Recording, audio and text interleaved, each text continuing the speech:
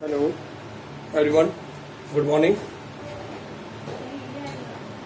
आज हम लोग क्लास 9th वन्य समाज एवं उपनिवेशवाद के बारे में बात कर रहे हैं। कल के टॉपिक हमारा यही था।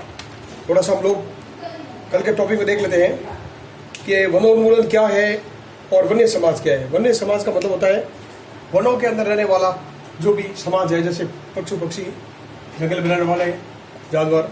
इसके अलावा एक आदिवासी जाति के लोग भी यहाँ रहते थे। और इसी वनों के अंदर इमारती लकड़ी मिलती है, जिसमें साल, साग, टीका और सागवान की लकड़ी जो है बहुत ही महत्वपूर्ण और महंगी लकड़ी होती है। इसके अलावा हमने झूम खेती के बारे में भी पढ़ा था।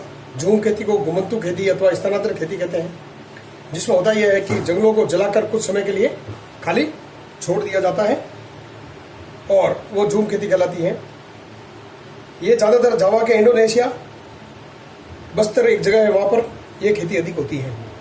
इसके अलावा 200 वर्षों पहले अंग्रेजों ने यहाँ पर शासन करके कब्जा किया था और यहाँ की इमारती लकड़ी पर और अथवा टैक्स लगाने के सारे कार्य किए थे। आज हम लोग इसी के आगे विस्तार से अध्ययन करेंगे। हम लोग जानते हैं कि औद्योगिक यानी उद्योग से मतलब है देश का विकास, यानी किसी देश के विकास की आधार स्तंभ होता है औद्योगिक विकास। तो औद्योगिकरण के दौर था उस समय। औद्योगिकरण के दौर जो था वो था सन 1700 ईस्वी की बात करते हैं हम लोग। उस समय औद्योगिकरण का दौर था भारत में, से लेकर और 1995 तक का जो दौर कहलाता है वो औद्योगिकरण का दौर कहलाता है, जिसमें अधिकतर औद्योगिक क्षेत्रों का विकास हुआ था। इसके बीच में करीब 139 लाख 139 लाख वर्ग किलोमीटर जंगल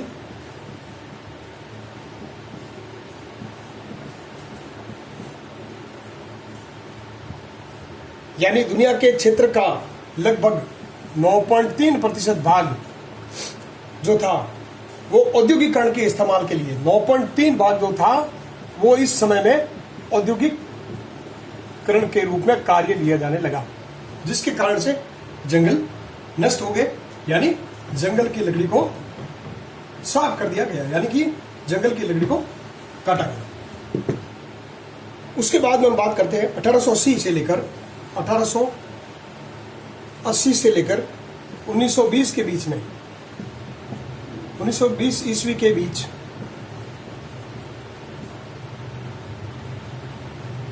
खेती योग्य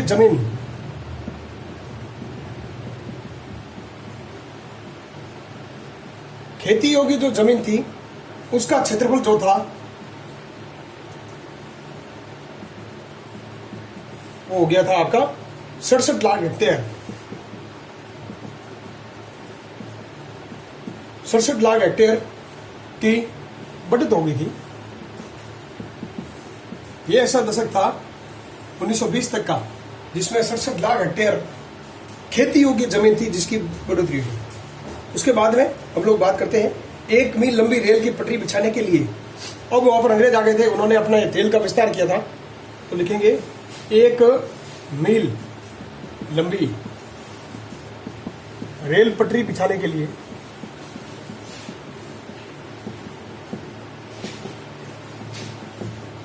1 मील लंबी रेल पटरी बिछाने के लिए 1760 से लेकर 2000 स्लीपरों की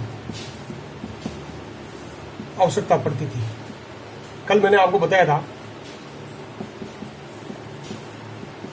तो इसके लिए ज्यादातर लकड़ी काटी गई। स्लीपर मैंने बताया ये रेल की पटरी है, उसके बीच में जो पटरियां लगाए जाते हैं ना उनको स्लीपर बोलते हैं। तो इसके लिए अधिकतर लकड़ी की आवश्यकता हुई। यूरोप में चाय, कॉफी और रबड़ के औद्योगिक, आगे नोट करेंगे, यूरोप में चाय, कॉफी और रबड़ की मांग बढ़ने लगी। इधर यूरोप में किसकी मांग बढ़ने लगी? चाय, कॉफी और रबड़ की मांग बढ़ने लगी। नोट कर सकते हैं इसमें भी। यूरोप में चाय, कॉफी व रबर की मांग बढ़ने लगी, जिससे अंग्रेजों को लगा कि जो झूम खेती है उसको बिल्कुल भी समाप्त करके और बागानों का निर्माण किया जाए। मैंने कल आपको इसके बारे में जिक्र किया था कि बागानों का निर्माण क्यों किया गया, क्योंकि यूरोप के अंदर अधिकतर चाय, कॉफी और रबड़ की मांग बढ़ गई थी। अंग्रेज चाहते थे कि छोटे छोटे बागान बनाकर उसमें चाय, कॉफी, रबड़ की खेती कराई जाए या इसके बारे में अधिकतर किसानों को जोड़ा जाए, जिससे कि अंग्रेजों को अधिक से अधिक लाभ हो सके। अब हुआ ये कि चाय, कॉफी मांग बढ़ने के साथ ही अंग्रेजों ने बागानों का निर्माण शुरू कर दिया था और छोटे छोटे स्थानों पर खेती करने लगे, यानी बागानों की शुरुआत करने लगे। तो इस प्रकार से ये कल के टॉपिक से जुड़ा हुआ एक टॉपिक था। इसके बाद हम लोग देखते हैं कि अगला टॉपिक हमारा है व्यावसायिक वानिकी की शुरुआत।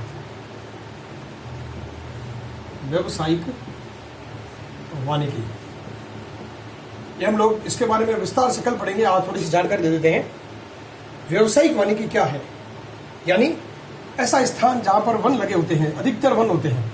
और वन भी कैसे होते हैं? वे वन जो व्यक्ति अपनी जरूरतों के हिसाब से लगाता है। जरूरतों का मतलब है जैसी जरूरत होती है वे वन वहां पर लगते थे। इधर पेड़ों की कटाई के लिए अब वे कौन कौन से वन थे, जैसे आम, अमरूद और सेब के पेड़, क्योंकि ये व्यावसायिक वानिकी के अंतर्गत इनसे किसानों को अधिक लाभ प्राप्त होता था, सीधे लाभ प्राप्त होता था, जिसके कारण से इन व्यावसायिक वानिकी की शुरुआत हुई। और इधर अंग्रेजों को इसे व्यावसायिक वानिकी कहते हैं। आप लोग याद रखेंगे, नोट कर सकते हैं कि व्यावसायिक वानिकी क्या थी। तो व्यक्ति अपनी जरूरतों के हिसाब से जो पेड़ लगाते थे और उनको अधिक इससे लाभ होता था, उसे व्यावसायिक वानिकी कहते हैं। उनमें आम, अमरूद और सेब ये व्यावसायिक वानिकी के आम थे। इधर पेड़ों की कटाई से अंग्रेजों को चिंता सताने लगी, क्योंकि अधिक पेड़ कट रहे थे, उनको लाभ तो हो रहा था लेकिन पूरा फायदा नहीं मिला था। इसलिए उन्होंने क्या किया कि इसको रोकने के लिए कई योजनाएं बनाई, मतलब इसका उपयोग सही ढंग से हो सके, इसके लिए अंग्रेजों ने योजनाएं बनाई। अब ये योजना क्या थी? जो वन उन्मूलन था उसमें जो इमारती लकड़ी जो थी उसका उपयोग कैसे करें, सही ढंग से उपयोग कैसे हो। अच्छा, दूसरी बात, पहली बात तो क्या थी कि लकड़ी का उपयोग सही ढंग से कैसे करें, कैसे हो। दूसरी बात, कर वसूली